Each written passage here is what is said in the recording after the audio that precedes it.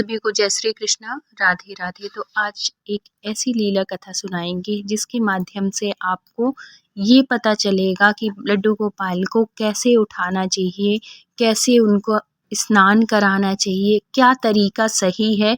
और 99% लोग नहीं जानते हैं कि लड्डू गोपाल तो हैं उनके घर में, लेकिन उनका नियम नहीं पता है कि लड्डू गोपाल को उठाया कैसे जाता है, लड्डू गोपाल को स्नान कैसे कराया जाता है। ये जानकारी लोगों के पास नहीं होती है। बस लड्डू गोपाल घर में रखने से बस कुछ नहीं होता है, उनका तरीका आना चाहिए, उनके शयन कराने का, उनके उठाने का, उनके भोग लगाने का, उनके स्नान का, हर चीज़ का एक तरीका होता है जो कि अधिकतर लोगों को नहीं पता है। तो अगर आपको भी नहीं पता है तो ये वीडियो फुल वॉच करिएगा, सारी जानकारी आपको पता चलेगी।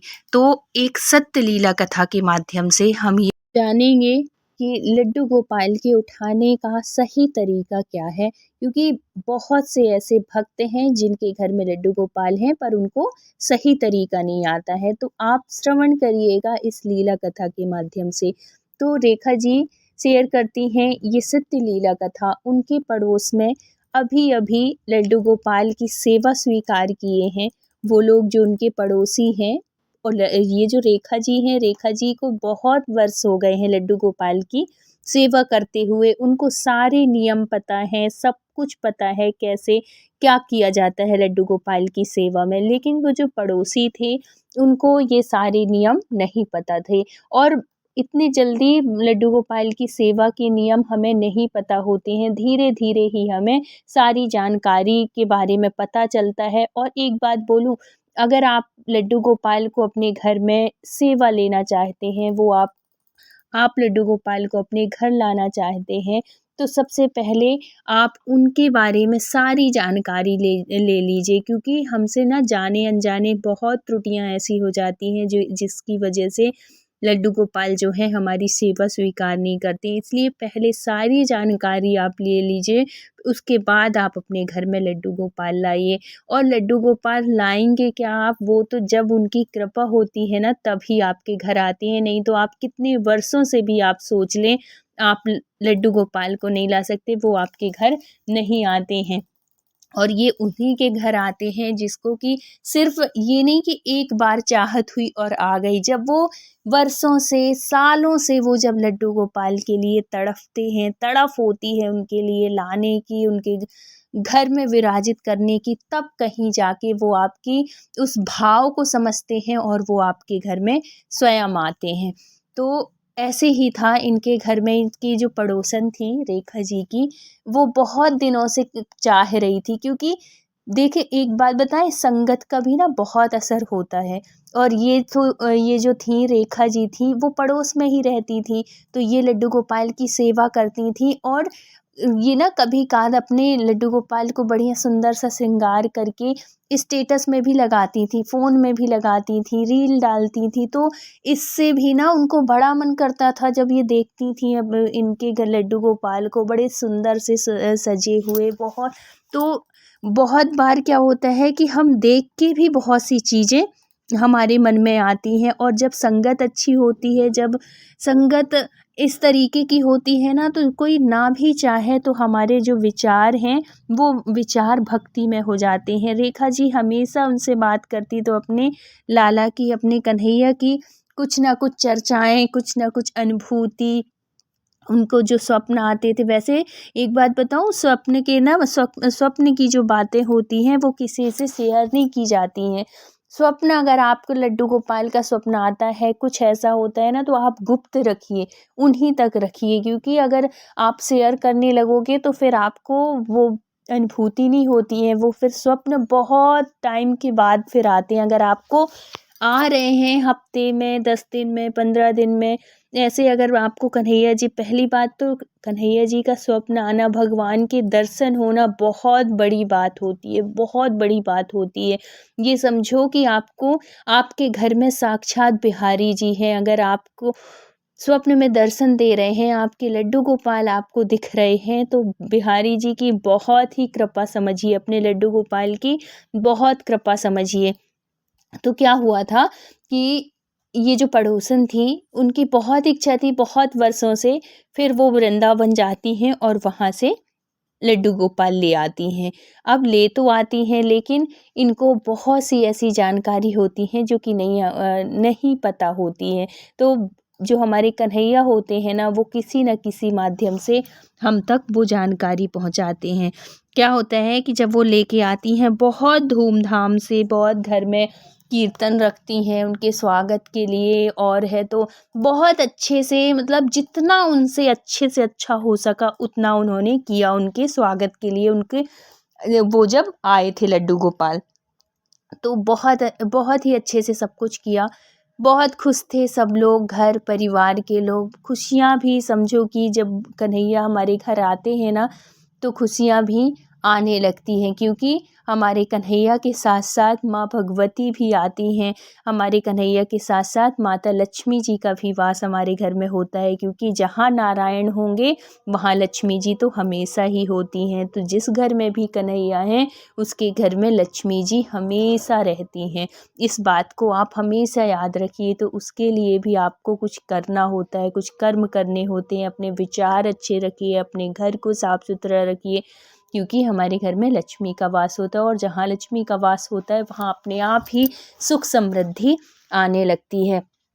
और कब आती है? जब हमारे कन्हैया खुश होते हैं, जब हमारे कन्हैया प्रसन्न होते हैं।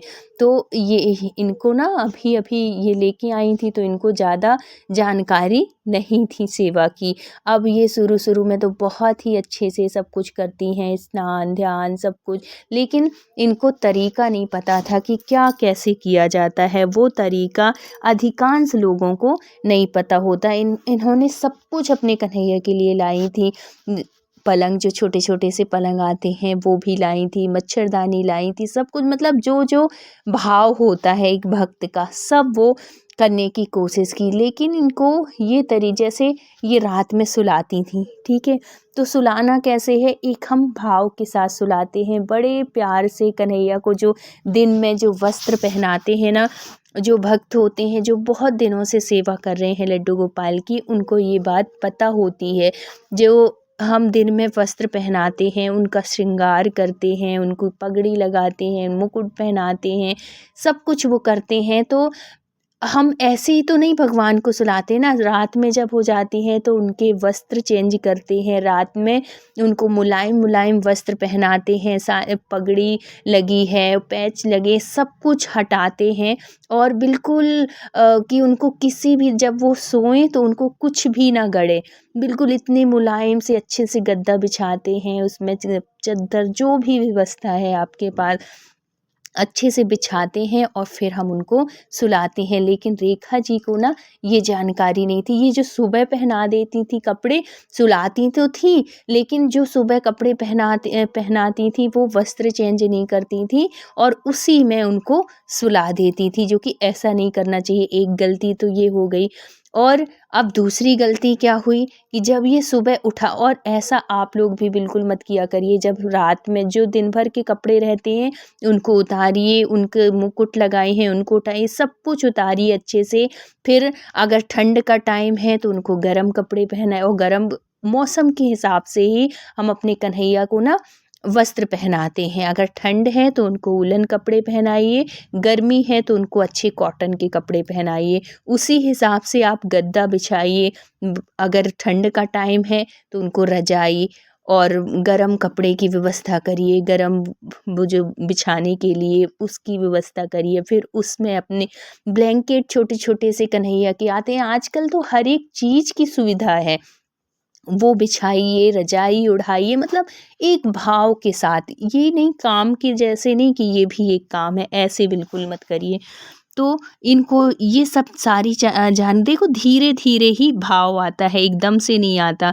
तो क्या था कि जब वो कन्हैया को लेके आई थी ना, तो इनको अनुभूति सी होती थी, इनको इनको इनकी कृपा का पता चलता था, इनको अनुभव होने लगे थे। लेकिन जब रोज रोज देखो, गलती को भी ना भगवान हो या इंसान 2 बार माफ़ करता है, 3 बार माफ़ करता है, चौथी बार कोई माफ़ नहीं करता है। ये भी ऐसे ही है। 2 बार देखे कि अरे चलो ठीक है, ये सही कर देगी, लेकिन ऐसे थोड़ी होते हैं कि हर बार आप गलती पे गलती, गलती पे गलती करते जाओगे।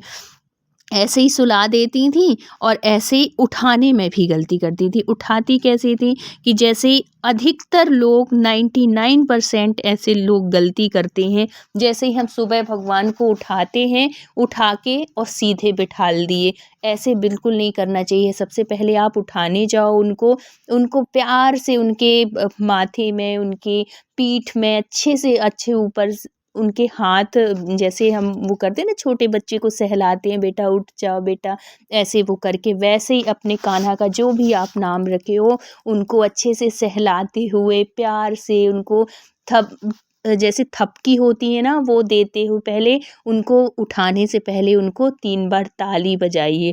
ताली बजाने से क्या होता है कि वो उनको पता चलता है कि हमारे भक्त आए हैं हमें उठाने के लिए। फिर उनसे प्यार से उनसे बातें करिए, लाला उठो, लाला सुबह हो गई, भोर हो गई, तुम्हारी गैया उठ गई। सब बहुत अच्छे से जो उठ गए सबको उनको वो करो, उनको सुबह के पद गाओ, उनको लोरी सुनाओ। लोरी तो रात में सुनाते हैं, सुबह के भोर के जो पद होते हैं वो आप सुनाओ। जो भी आपको गाना भजन जो भी आता है आप वो गा के बढ़िया अच्छे सहलाते हुए उनको उठाओ। जैसे एक बच्चे को उठाते हैं ना, फिर उनको कुल्ला कराओ। कुल्ला एक वैसे तो नहीं हम करा सकते, लेकिन एक भाव के साथ जैसे जैसे हम बच्चे को वो करते हैं वैसे भी उनको रखो। फिर उनके पास दूध रखो आप कुछ भी, क्योंकि जो हमारे कन्हैया हैं इस भाव से हम कन्हैया की सेवा करते हैं ना। जैसे बिहारी जी हैं, बिहारी जी को कभी सुबह सुबह नहीं उठाया जाता, उनको ना टाइम से उठाया जाता है। वैसे ही हमारे लाला है, आप रात में जिस हिसाब से सुलाते हो वैसे, ये नहीं कि आप रात में 1 बजे 12 बजे सुला रहे हो सुबह 4 बजे उठा दो, ऐसे नहीं। और ठंड के टाइम पे तो और भी जल्दी मत उठाइए, क्योंकि ठंड के टाइम पे हमारे जो लाला हैं वो छोटे से हैं, तो उस हिसाब से आप उनको उठाइए, उस हिसाब से आप उनको जल्दी शयन करा दीजिए। लेकिन सुबह बहुत जल्दी मत उठाइए उनको, क्योंकि वो छोटे से हैं। टाइम से उठाइए, टाइम से मतलब कि 6-7 बजे ऐसे उठा लीजिए। आप नहा धो के आइए, अच्छे पवित्र हो के आइए। फिर बहुत से लोग कहते हैं कि ऐसे ही बिना नहाए उठा दें क्या? क्यों उठा देंगे भाई बिना नहाए?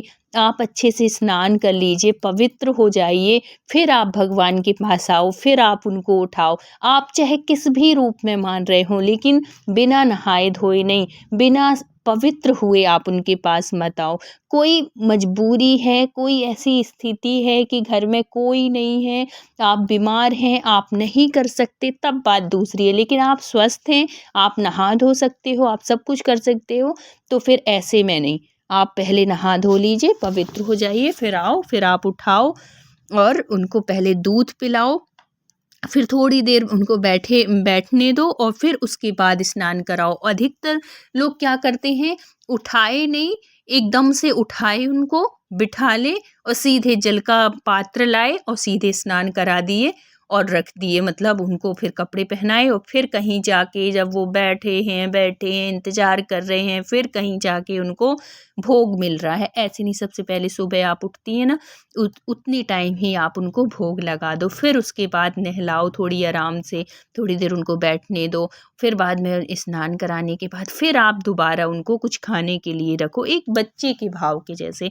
लेकिन सीमा जी ये सब कुछ नहीं करती थीं, तो इनको ना आभास सा होने लगा था कि जैसे एक अलग ही, देखो जब हमारे कन्हैया, और ये हकीकत बात है, जब हमारे कन्हैया खुश रहते हैं, प्रसन्न होते हैं ना, तो हमारा मन भी बहुत प्रसन्न होता है। और जब वो नाराज़ होते हैं, अनुभूति नहीं कराते, तो भक्त को बड़ी बेचैनी होने लगती है।